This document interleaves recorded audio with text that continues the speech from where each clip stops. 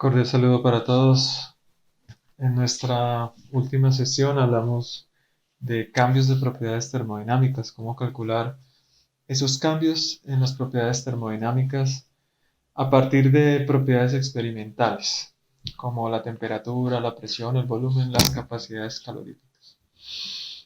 En general, nosotros habíamos visto que existen dos tipos de variables o conjuntos de variables independientes que nos sirven para calcular eso. Una es cuando utilizamos temperatura y volumen como variables independientes y la otra tiene que ver con el uso de la temperatura y la presión como variables independientes. Por lo general, cuando nosotros usamos T y B como variables independientes, las variables naturales a esa elección son la energía interna, la entropía y la energía de Helmholtz.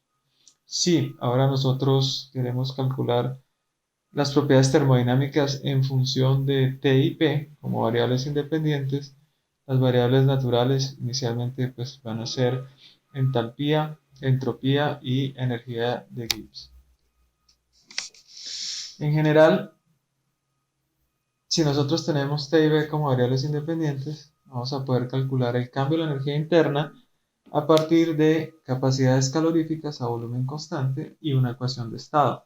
La ecuación de estado es el segundo término que ustedes ven aquí a su derecha. Es una ecuación de estado y las derivadas de la ecuación de estado.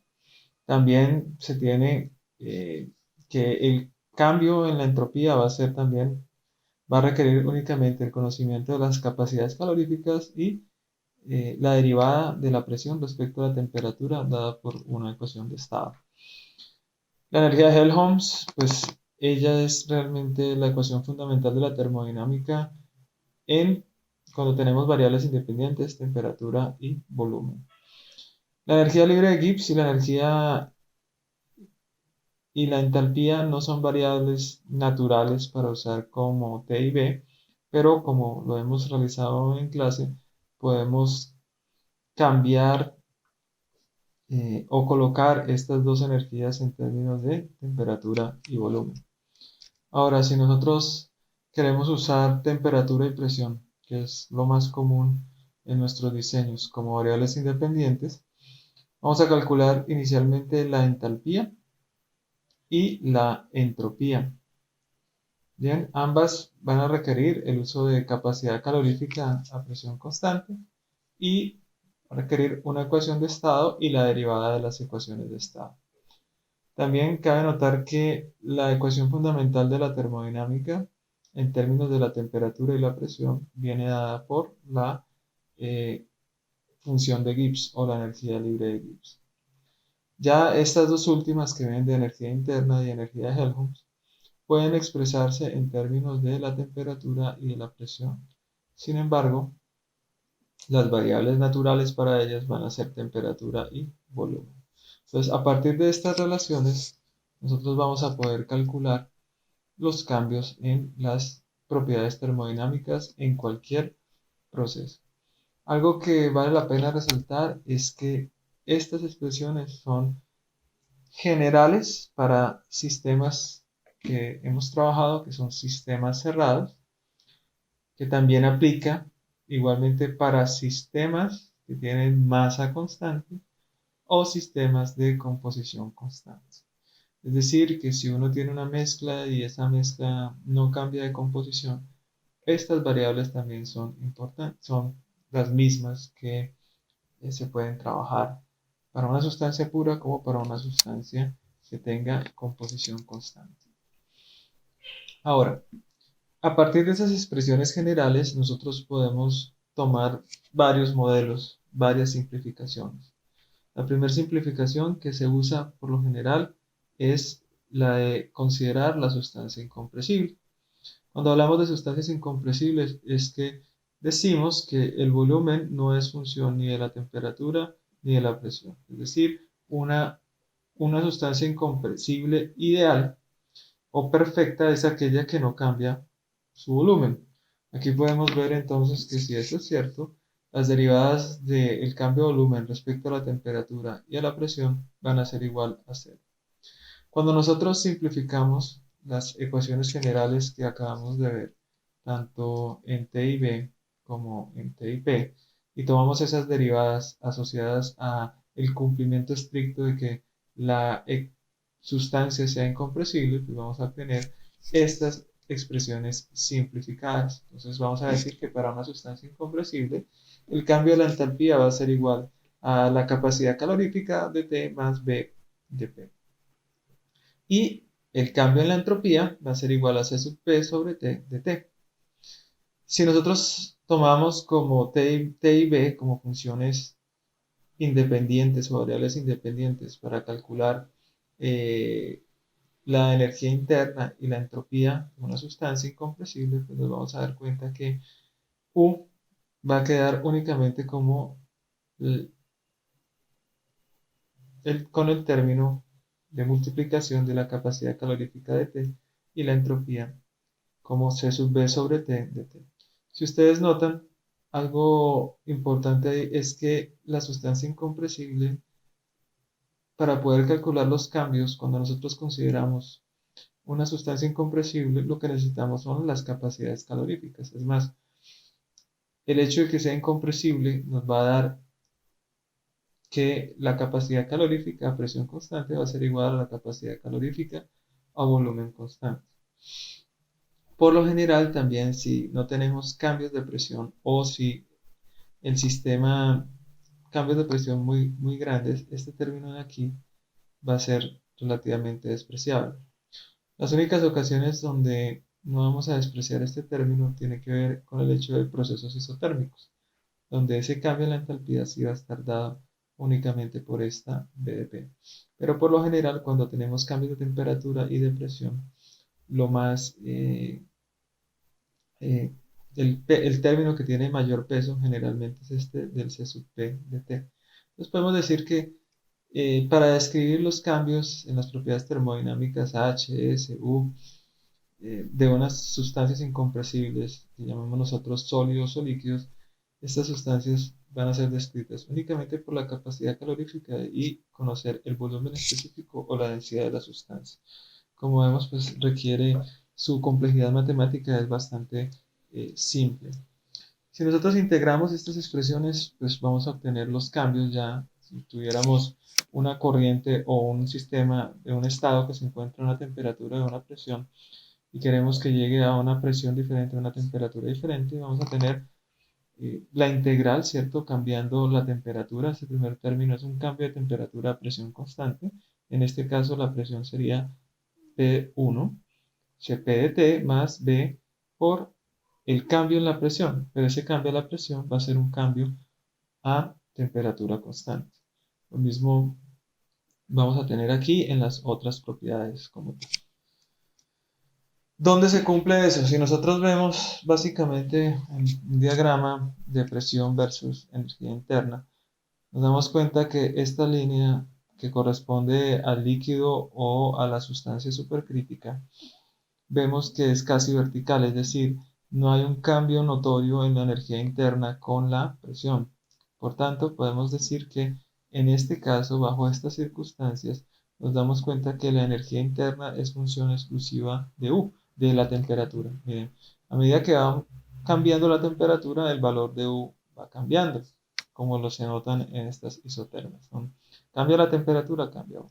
Pero hay regiones de esta gráfica donde específicamente para los líquidos y mucho más para los sólidos, vemos que hay regiones donde hay variaciones importantes de presión, pero cambios en la energía interna son relativamente despreciables.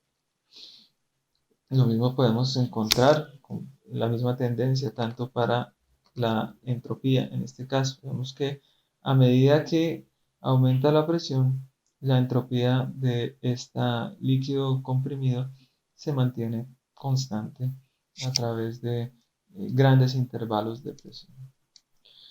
Otro modelo que nos sirve mucho, ya no para describir sólidos o líquidos, sino para describir gases o vapores, la primera aproximación es el modelo del gas ideal. Entonces, en este modelo del gas ideal tenemos una ecuación de estado o una relación presión, volumen, temperatura, que es la que conocemos, presión por volumen, es igual a R por T. Si nosotros tomamos las derivadas de la presión respecto a la temperatura, manteniendo el volumen constante de esta ecuación de estado del gas ideal, vamos a obtener esta relación, R sobre V. Y si tomamos la derivada del volumen respecto a la temperatura, manteniendo la presión constante, vamos a obtener este cociente de R sobre P. También, como lo hemos demostrado anteriormente, sabemos que para un gas ideal, la diferencia entre capacidad calorífica, presión y a volumen constante es una constante, es la constante de los gases ideales. Ahora, de la expresión general, si nosotros volvemos a la expresión general de los cambios en la entalpía y en la entropía manteniendo temperatura y presión como variables independientes, pues reemplazamos la derivada de B de T a P por la expresión que nos da la ecuación de estado del gas ideal. Al hacer este reemplazo, vamos a obtener que dH es únicamente C sub P de T, que ds es C sub P sobre T de T menos la constante de los gases sobre P de P. Si nosotros hacemos ahora lo mismo, pero ahora para la energía interna y para la entropía, tomando temperatura y volumen como variables independientes, reemplazamos la derivada que nos da la ecuación del gas ideal, la derivada de P de T a B, tanto para la energía interna como para la entropía, para un gas ideal. Entonces, nos damos cuenta entonces que los cambios en energía interna y los cambios en entropía vienen dados por la energía interna, el producto CB de T, y en la entropía CB sobre T de T más R sobre B de B. Este modelo se utiliza bastante como una aproximación gruesa cuando queremos calcular cambios en propiedades termodinámicas de la sustancia. ¿Qué es lo importante que vemos aquí? Que la entalpía y la energía interna de un gas ideal únicamente son funciones de la temperatura, mientras que el cambio en la entropía es o función de la temperatura y de la presión o función de la temperatura y del volumen. Pero vemos que estas expresiones son relativamente simples debido a la forma matemática que tenemos de la ecuación de estado. Si nosotros integráramos esas expresiones, entonces integramos dH, si integramos ds, du, ds, lo que vamos a hacer es, pues aquí en esta integral de dH va a ser la integral entre la temperatura en el estado 1 y la temperatura en el estado 2. Para S va a ser la integral de la temperatura desde el estado 1 hasta la temperatura del estado 2, manteniendo la presión constante. Y el segundo término es la integral de la presión 1 hasta la presión 2, manteniendo la temperatura constante. Lo mismo es válido para cada uno de estos términos. Es decir, cuando integro el primer término, ya sea aquí en S, mantengo la segunda variable constante. Cuando integro la segunda variable, mantengo la primera constante. De esa manera, entonces nosotros podemos obtener esos cambios en energía, en entalpía, en entropía, en energía interna y entropía. Ahora que nosotros hemos visto de manera simple cómo calcular los cambios en las propiedades, vamos a realizar algunos ejemplos que nos ilustren cómo nosotros utilizamos estos modelos en la solución de algunos procesos que pueden ser de interés para nosotros. Ahora vamos a presentar un ejemplo de una aplicación sencilla de la utilidad que tiene el modelo de las sustancias incompresibles para utilizar en cálculos termodinámicos, para ser usado en cálculos termodinámicos. El ejemplo más simple que podemos encontrar en una planta de procesamiento es el acondicionamiento térmico de una corriente. En este caso tenemos el acondicionamiento térmico del propanol. Aquí tenemos una corriente de propanol que tiene un flujo másico de 300 kilogramos hora, ingresa a un bar 25 Celsius y pues en vez de escribir propanol escribimos prop, como aquí lo hemos señalado. Entonces ese propanol ingresa a una bomba donde el objetivo es presionar esta corriente hasta 5 bar.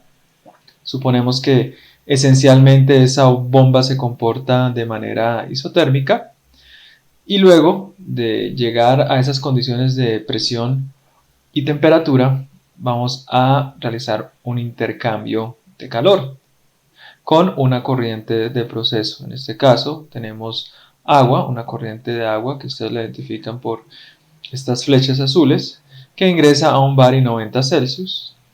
El objetivo de esta corriente es el fluido térmico que permite, o el fluido de servicio que le permite incrementar al propanol su temperatura hasta que llegue a los 75 Celsius.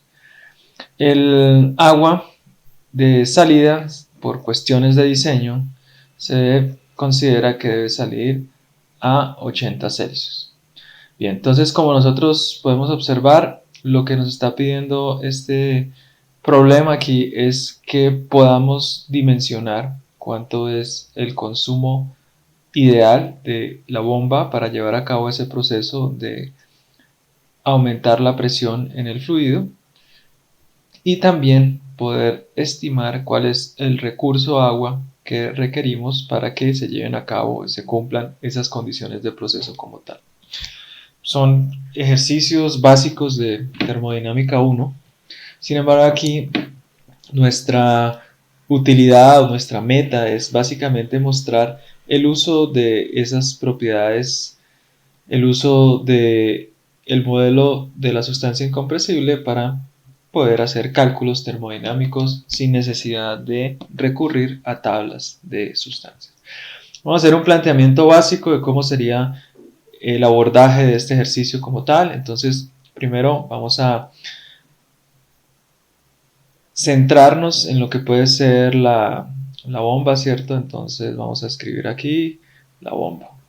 En la bomba podemos realizar un balance de masa, que es flujo másico que ingresa por la corriente 1, debe ser igual al flujo másico de la corriente 2. Estamos suponiendo que trabajamos en estado estacionario. Y la primera ley de la termodinámica que nos va a decir que el flujo másico de la corriente 1 por su entalpía más el trabajo de la bomba o la potencia de la bomba debe ser igual al flujo másico de salida por la entalpía. Despreciamos cambios en energía cinética, en energía potencial. Como vemos aquí, pues es relativamente directo el hecho de poder calcular el trabajo de la bomba, ¿cierto? Si despejamos y teniendo en cuenta que los flujos másicos son los mismos, vamos a poder escribir M1 factor de la entalpía de salida menos la entalpía de entrada al equipo como tal. Ahora, la gran pregunta para nosotros es ¿cómo vamos a calcular esta diferencia de entalpías? Conocemos el flujo másico y necesitamos estimar esa diferencia de las entalpías. Comúnmente podemos recurrir a las tablas termodinámicas. Sin embargo, como estamos ilustrando nuestro uso de propiedades termodinámicas o el cálculo de propiedades termodinámicas usando la aproximación de fluido incompresible, entonces lo que nos quedaría sería esa diferencia de entalpías. La vamos a calcular como la integral, ¿cierto? Del C sub P del propano en fase líquida desde la temperatura de la corriente 1 hasta la temperatura de la corriente 2 dt más B, ¿cierto? Sería B del líquido propano por presión 2 menos presión 1. Es importante que entonces tengamos en cuenta en este caso que el propano está este volumen específico del propano debe ser calculado a 25 Celsius. Y sabemos que este primer término es 0 porque el proceso que estamos analizando es isotérmico. Así que de manera muy simple nosotros llegamos a la conclusión que esa entalpía 2 menos entalpía 2, esa diferencia de entalpías es BL del propano líquido multiplicado por una diferencia de presiones. Entonces, eso es lo que nosotros podríamos hacer calculando o tomando la aproximación de fluido incompresible en la bomba. Ahora, si nosotros quisiéramos calcular ya no la bomba, sino la otra pieza que nos falta para el cálculo de esto, pues tendríamos que utilizar la otra ecuación que va a corresponder al siguiente equipo. Entonces, si aquí nosotros hacemos aquí la división, ¿cierto? Y nos enfocamos ahora en el otro equipo, que ese equipo lo vamos a llamar el intercambiador de calor.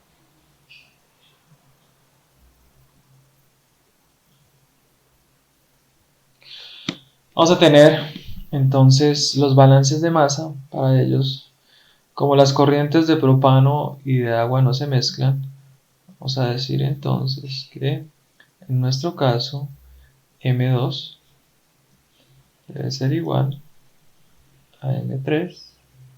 Ya sabemos que en este caso M2 y M3 es igual a M1, son 300 kilogramos hora. Y de otro lado vamos a decir masa de la corriente 4, que es igual a masa de la corriente 5. Ahora, vamos a plantear nuestro balance de energía, que nos va a decir únicamente energía que ingresa al sistema M2H2 más M4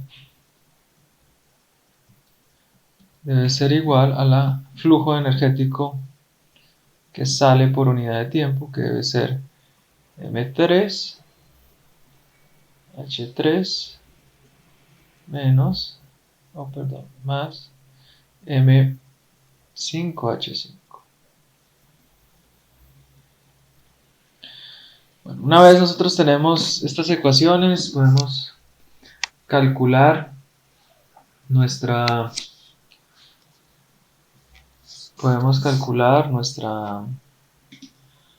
flujo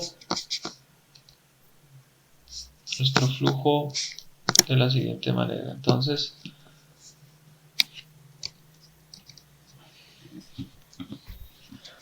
vamos a seguir por aquí un momentico.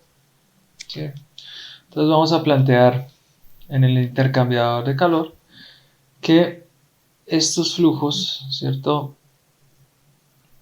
Nuestra corriente de interés va a ser la M4. Entonces podemos decir M4, tomamos factor común, H de la corriente 4, entalpía de la corriente 5, esa diferencia debe ser igual a M2 multiplicado por la diferencia de H3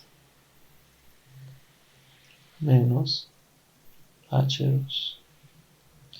Bien, entonces de aquí lo que nos va a interesar a nosotros despejar es la corriente o la masa de agua que tenemos, que debemos utilizar para poder calcular eso.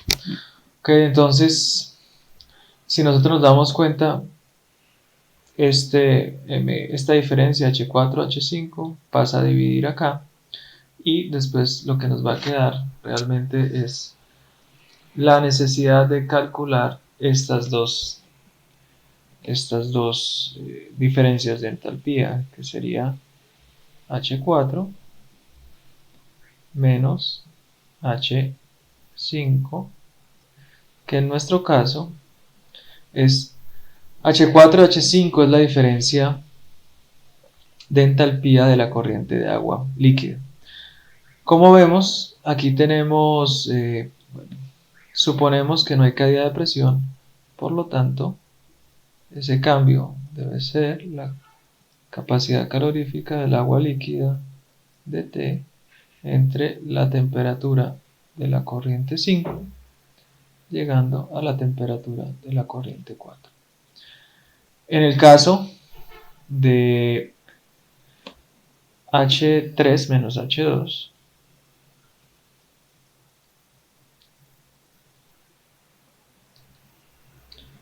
vamos a tener una historia similar en el sentido que no vamos a tener tampoco cambios en la presión. Entonces va a ser desde la temperatura de la corriente 2 hasta lograr la temperatura de la corriente 3 del C sub P del propano como líquido de T.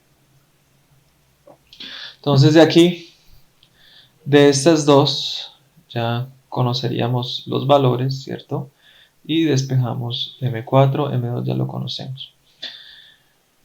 Bueno, ¿qué nos queda aquí por mirar? Básicamente la información que es indispensable conocer relacionada con las propiedades de las sustancias tiene que ver con, debemos conocer volumen específico del propano líquido. ¿A qué condiciones? A 25 Celsius.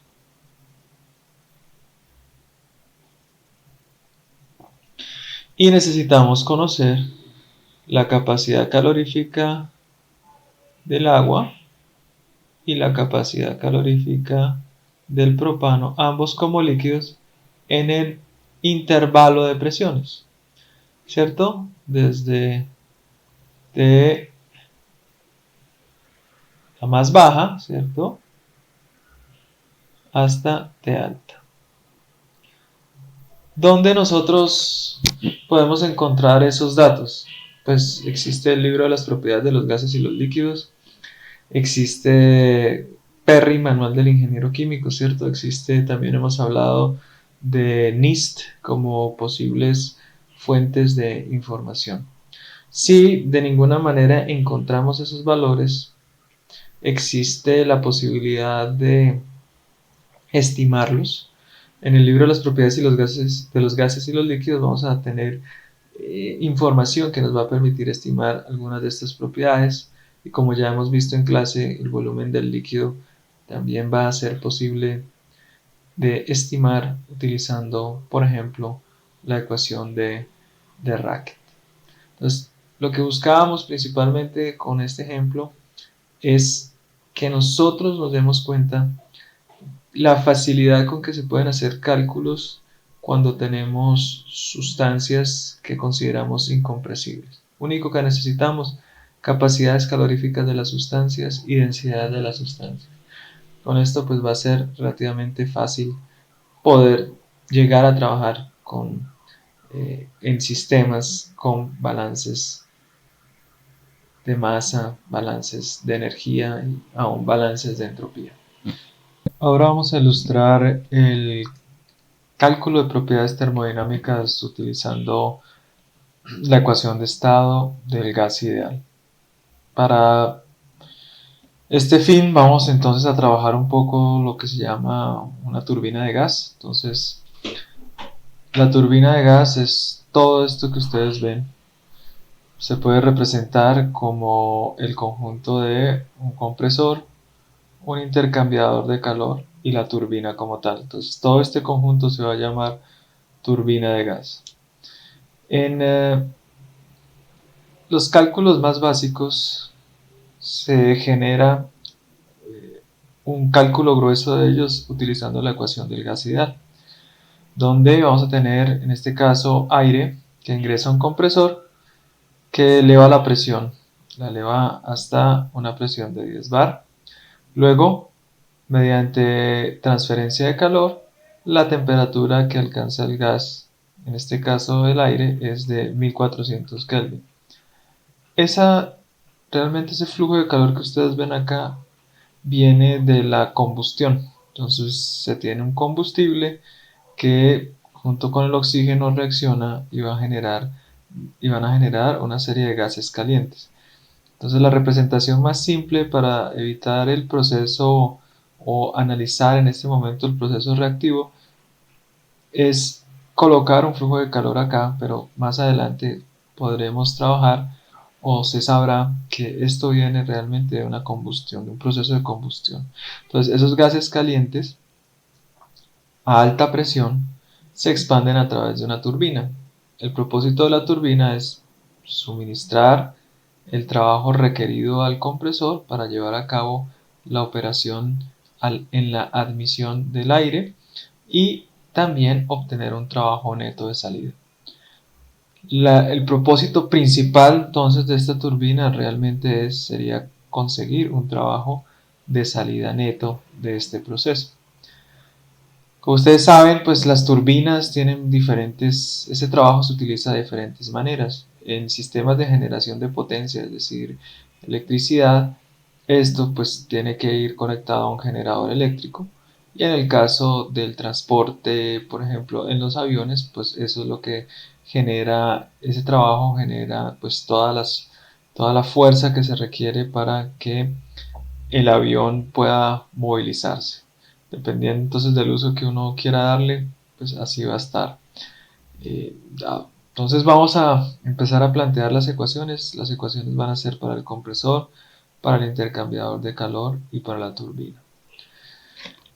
Comenzamos entonces. Para el compresor. Entonces las ecuaciones para el compresor vienen dadas. Suponemos nuevamente que el sistema se encuentra en estado estacionario. Entonces el flujo másico que ingresa y que sale del compresor son el mismo. El balance de energía nos va a dar que la energía que está ingresando por unidad de tiempo al sistema, ¿cierto? Aquí olvidé escribirles que, bueno, ahí está. Ese compresor, ese trabajo del compresor ingresa aquí, entonces más el flujo energético asociado al compresor debe ser igual a la cantidad de energía que está saliendo por la corriente 2. Si ustedes se dan cuenta, entonces este es el balance de masa este es el balance de energía para las condiciones reales. Pero generalmente cuando nosotros trabajamos este tipo de equipos, ya sea el compresor o la turbina, trabajamos lo que se llaman las eficiencias adiabáticas. En este caso, la eficiencia adiabática del compresor es de 0.85. Esa eficiencia adiabática en el compresor lo que nos está relacionando es el trabajo real sobre el trabajo ideal. Entonces, en este caso, va a ser el trabajo del compresor, que debe ser el trabajo del compresor que de manera ideal deberíamos suministrar respecto del trabajo del compresor que en la realidad debemos dar. Este trabajo real es este mismo W del compresor. Es el trabajo que realmente debemos suministrar al equipo para que funcione. Ahora, cuando nosotros hacemos esto, implica que aparte de calcular el compresor real, debemos calcular el compresor ideal. Entonces, si tuviéramos un compresor ideal, tendríamos nuestro balance de energía, que sería la misma cantidad de masa, la misma entalpía de entrada, pero entonces vamos a decir que aquí tenemos un WS del compresor. ¿Qué estoy diciendo por WS del compresor? Sería la potencia de un compresor ideal, y un compresor ideal es aquel que no genera entropía. Entonces S implica que en un proceso diabático, un proceso reversible es aquel que mantiene su entropía constante. Así que entonces tendría esta cantidad de energía que ingresa debe ser igual a M que está saliendo del compresor por la entalpía que sale del compresor. Esto es válido para el compresor ideal. Y para asegurarme que también yo voy a poder estimar, bueno, aquí esta entalpía es una entalpía isentrópica. Entonces, esa entalpía isentrópica la voy a poder calcular si le agrego, si le adiciono la ecuación de balance de entropía. Entonces, el balance de entropía me va a decir que el flujo entrópico que ingresa debe ser igual al flujo entrópico que sale. Estas son las ecuaciones que se requieren para describir termodinámicamente el compresor. Si fuéramos ahora a utilizar las ecuaciones del equipo, entonces tendríamos que calcular también el intercambiador. Bueno, entonces el intercambiador es relativamente fácil. ¿Va a ser qué? Entonces va a ser flujo másico que está ingresando al intercambiador por la entalpía más el flujo de calor debe ser igual a la energía que está saliendo por unidad de masa. Tenemos también en nuestro caso que el balance de masa dicta que los flujos son iguales. Y finalmente vamos a tener, entonces, en nuestro caso, vamos a tener la turbina.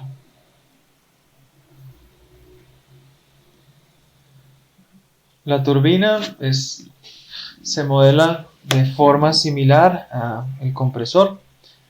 Entonces vamos a decir que la cantidad de masa que ingresa por unidad de tiempo es igual a la que sale. La energía que ingresa por unidad de tiempo debe ser igual a la que sale, ¿cierto? Entonces la cantidad de energía que está saliendo está asociada a la masa por un lado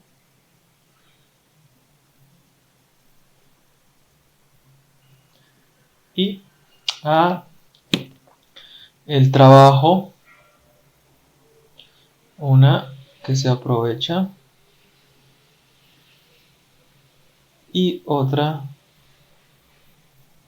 que es necesario suministrar para que la operación de compresión se lleve a cabo. Entonces, W compresión. Al igual que con con el compresor necesitamos también relacionar la eficiencia de la turbina. En este caso va a ser el trabajo de el compresor más el trabajo de salida neto. Es todo el trabajo que yo puedo obtener de esa turbina respecto de un trabajo de salida isentrópico. Entonces, Ese trabajo de salida isentrópico lo voy a poder calcular planteando los balances de entalpía y los balances de entropía para una turbina ideal. Es decir, este WS de salida lo voy a poder calcular de las expresiones para la turbina, el balance de energía para la turbina, una turbina ideal, entonces sería M3, H3, debe ser igual a flujo másico 4, la entalpía, más SW isentrópico de salida. ¿Listo? Entonces, para poder calcular eso, voy a requerir también decir que en una turbina ideal, el flujo entrópico va a ser igual a la entrada y a la salida. Entonces, estas son las ecuaciones que describen este ciclo como tal. Vamos a examinar un poco el orden de cálculo de esto. Conocemos los flujos másicos que están ingresando. Conocemos la temperatura, la presión, todo lo de la corriente 1, por tanto H1 es conocido. Así que lo primero que resolvemos de aquí es la condición isentrópica. Con la condición isentrópica vamos a poder calcular la temperatura isentrópica de salida. Si conocemos la temperatura isentrópica de salida y la presión, digamos, en términos generales, podemos calcular la entalpía en la corriente 2. La información de la entalpía en la corriente 1 ya se conoce porque es dada en el problema. Los flujos másicos ya se conocen. También, entonces, de aquí, de esta ecuación, podemos despejar el trabajo isentrópico. Ese trabajo isentrópico es el mismo que aquí nosotros llamamos trabajo ideal. Entonces, cuando nosotros vamos a calcular este trabajo real, lo despejamos, ¿cierto? Dividimos el trabajo ideal entre la eficiencia del compresor y vamos a obtener este trabajo aquí, que es el trabajo real. Una vez nosotros tengamos el trabajo real del compresor, como conocemos la entalpía en la corriente 1, vamos a ser capaces de calcular la entalpía en la corriente 2 y por ende la temperatura o la condición de salida de la corriente 2, ya que conocemos dos datos independientes. Vamos a conocer la presión y vamos a conocer la temperatura. Una vez entonces ya hemos resuelto el compresor, podemos calcular el flujo de calor. Conocemos las condiciones de entrada al intercambiador de calor calculadas como salida del compresor y conocemos también la condición H3 debido a que sabemos cuál es la temperatura a la salida de ese intercambiador de calor. Los flujos másicos van a ser iguales al flujo másico de entrada neto. Y cuando lleguemos acá a la turbina, entonces nuevamente vamos a venir aquí al balance de entropía. Del balance de entropía vamos a conocer la condición isentrópica a la salida, la temperatura isentrópica a la salida. Con eso vamos a poder calcular las entalpías en la corriente 3 y en la corriente 4. Esta entalpía, que no se nos olvide, esta entalpía es una entalpía isentrópica que se calcula a la temperatura que nos permite averiguar el balance de entropía. Entonces aquí vamos a calcular el trabajo isentrópico de salida. Ese trabajo isentrópico de salida multiplicado por la eficiencia de la turbina nos va a dar la suma del trabajo que se fue al compresor y el trabajo de salida neto. Aquí conocemos el trabajo del compresor, que viene de resolver ese primer conjunto de ecuaciones pertenecientes a ese equipo. Por tanto, aquí podemos calcular el trabajo de salida neto del sistema. De este balance de energía podemos calcular H4 y con H4 vamos a ser capaces de calcular las temperaturas. Así podemos calcular todo el diagrama de este proceso como tal.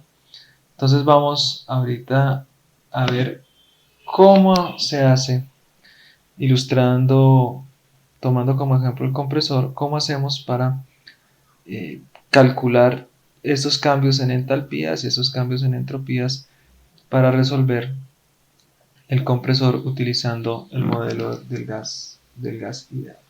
Entonces las ecuaciones que teníamos básicamente era el balance de energía, ¿cierto? Entonces el balance de energía, vamos a tener primero la condición isentrópica, donde nos va a decir S1 es igual a S2.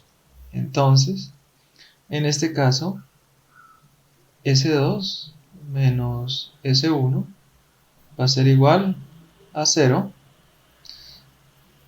Para un gas ideal, esta diferencia S2 menos S1 es la integral entre T1 y T2 del C sub P como gas ideal sobre T de T menos R, logaritmo de la presión 2 sobre la presión 1.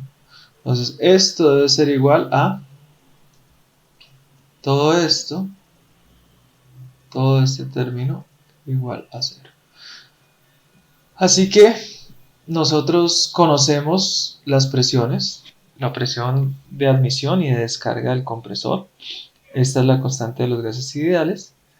Deberíamos conocer la capacidad calorífica, conocemos la temperatura de entrada, así que aquí vamos a calcular como salida T2, donde este T2 ese es T2 en la condición isentrópica. Una vez tenemos eso, vamos a el balance de energía, ¿cierto? Donde nos va a decir flujo másico H1 más el trabajo isentrópico, ¿cierto?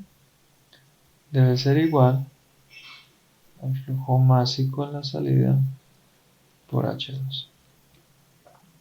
Esta H2, como corresponde al balance del compresor ideal, ¿cierto? Esto es un compresor ideal. Vamos a poder calcular ese trabajo del compresor, ¿cierto? Isentrópico como flujo másico de la corriente 1 multiplicado por H2 isentrópico menos H1. Entonces, aquí coloquémosle T2. Entonces, aquí conocemos todo lo del lado derecho. Vamos a tener M1 y este cambio es para un gas ideal la integral del C sub P del gas ideal de T entre T1 y T2 isentrópico. C sub P sobre T. Entonces, de aquí, es únicamente C sub P. Entonces vamos a tener de aquí el cálculo de el compresor ideal. Entonces, este es un compresor ideal. Nos venimos ahora a la ecuación de la eficiencia isentrópica del compresor, ¿cierto?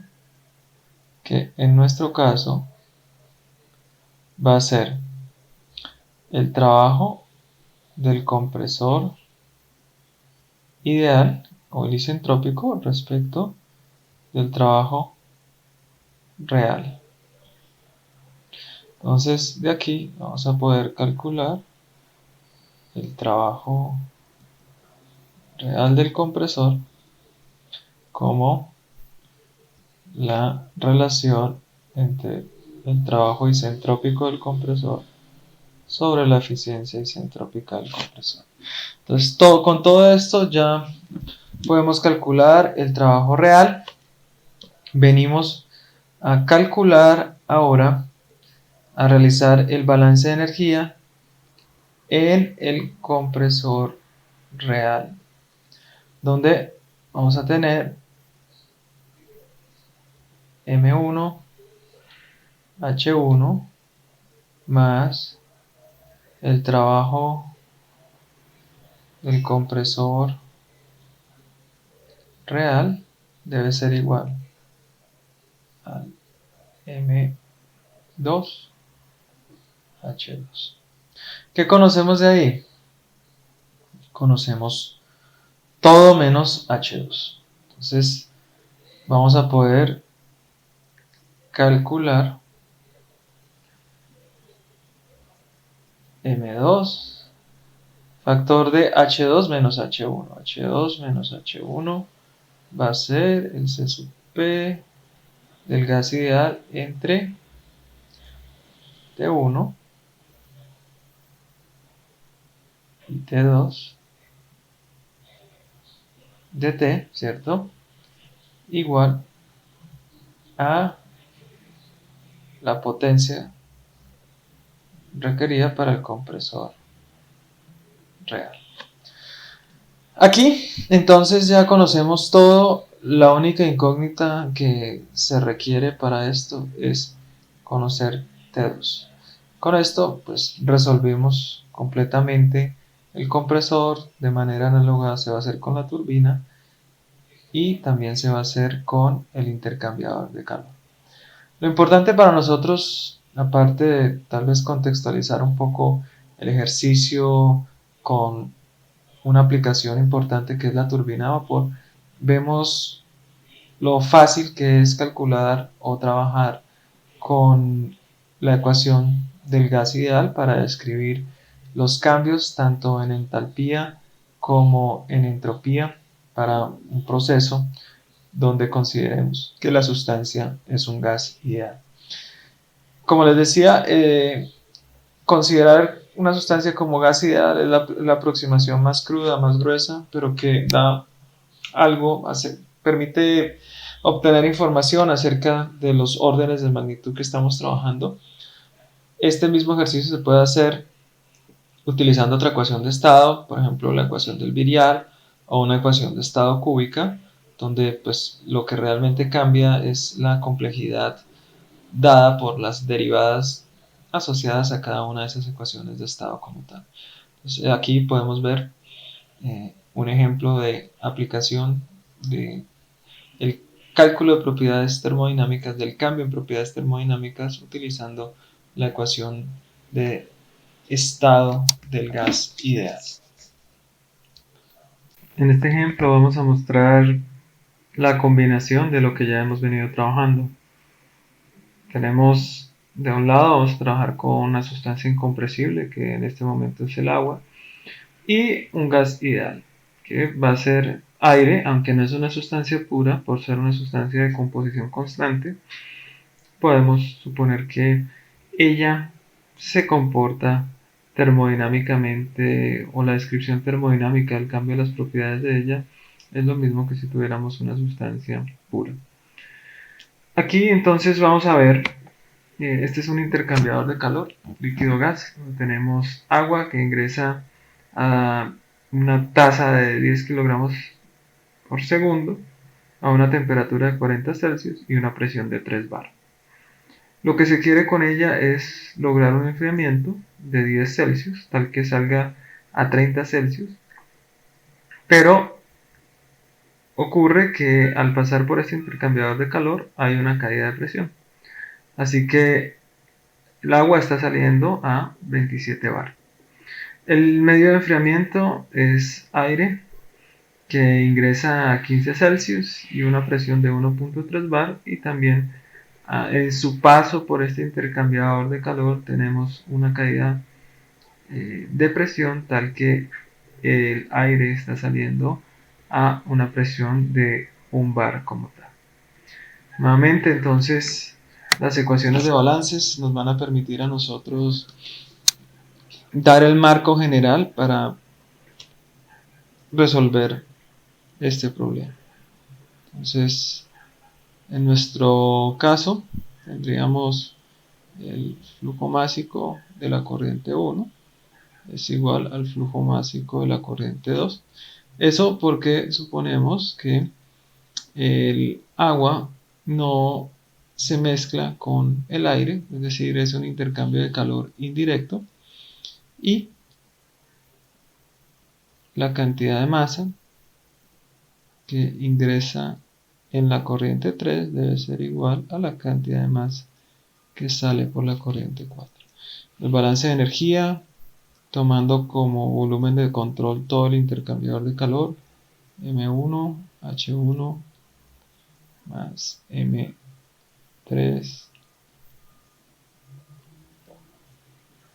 debe ser igual al flujo energético que está saliendo tanto por el aire como por el agua. Entonces tendríamos, este sería nuestro balance de energía. Ahora se me olvidaba decirles que cuál es el propósito de este ejercicio, es que nosotros podamos calcular la cantidad de flujo másico de aire que requeriríamos para llevar a cabo esta operación bajo estas circunstancias. Entonces, el flujo másico del aire es M3 o M4. Aquí entonces tenemos flujo másico que ingresa en 1 y en la corriente 3, flujo másico que sale en la corriente 2, y aquí deberíamos tener este flujo másico que está saliendo. Realmente este de aquí es por la corriente número 4. Entonces, si agrupamos términos tomando como factor común los flujos másicos, vamos a tener en nuestro caso M1 factor de H1 menos H2, y eso debe ser igual a M3 por H4 menos H3. Bien, entonces aquí conocemos el flujo másico, conocemos temperatura y presión de la corriente 1, de la corriente 2, por tanto estamos en capacidad de calcular estas entalpías específicas, igual que para la corriente 4, nosotros conocemos las condiciones de temperatura realmente. Por tanto, de aquí estaremos en la capacidad de calcular la cantidad de aire que es necesario suministrar a esa operación para que la tarea de enfriamiento se cumpla.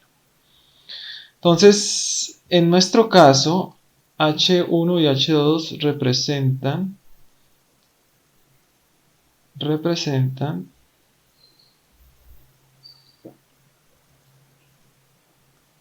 el cambio de entalpía del agua, que en nuestro caso es una sustancia incompresible. Por tanto, el cambio de entalpía va a estar dado por la integral de la capacidad calorífica del líquido, le colocamos W para identificarlo como el agua, de T, entre T1 y T2, más B del agua líquida multiplicada por presión 2 menos presión 1. Esto para la sustancia incompresible, y para el gas ideal sería H4 menos H3 igual a la integral del C sub P del aire como gas ideal. Bueno, en este caso vemos que para una sustancia como un gas ideal únicamente no nos interesa la presión, no es una variable que intervenga en el cálculo de entalpía. Por lo tanto, vemos aquí que ese cambio energético asociado a una caída de presión, el modelo del gas ideal no lo va a tomar en cuenta. Cuando estamos trabajando con el modelo de la sustancia incompresible, sí vamos a tener en cuenta tanto el cambio de temperatura y el cambio por presión. Esta capacidad calorífica del líquido, pues la tendríamos que calcular. ¿A qué condiciones? Generalmente, bueno, acuérdense que este primer cambio de acá debe ser hecho a presión constante. Una opción es llevar ese cambio a presión 1, ¿cierto? Calcular esa capacidad calorífica a presión 1. Y una vez entonces, eso implica que vamos desde la temperatura 1 y presión 1 hasta la temperatura 2 y presión 1. Después, ya cuando lo tenemos a temperatura 2 y presión 1, le cambiamos la presión, ¿cierto? Vamos de presión 1 a presión 2, pero a T2. Eso implica que en este caso, este volumen del líquido, volumen específico del líquido, debería ser calculado a la temperatura 2. También podemos hacerlo al contrario y decir entonces que primero hacemos el cambio por presión a T1. Entonces tendríamos aquí el volumen del líquido a temperatura 1, cambio de presión. Eso implicaría que tendríamos, después de utilizar este término B delta P, tendríamos de aquí la entalpía del líquido a T1 y presión 2, y después haríamos el cambio de temperatura 1 y presión 2 hasta temperatura 2 y presión 2. Entonces, cualquiera de las dos rutas es válida. ¿Qué es lo que nos podría, digamos, impedir o qué favorecería una u otra ruta? Básicamente el conocimiento de las propiedades. Si usted conoce a qué presión, conoce la capacidad calorífica del líquido. Aunque siendo una sustancia incompresible, realmente pues suponemos que tanto esta capacidad calorífica como este volumen no son afectados por la presión de manera sustantiva. Así que de esta manera, fíjense que podemos calcular cambios en las sustancias utilizando el modelo del gas ideal y el modelo de la sustancia incompresible.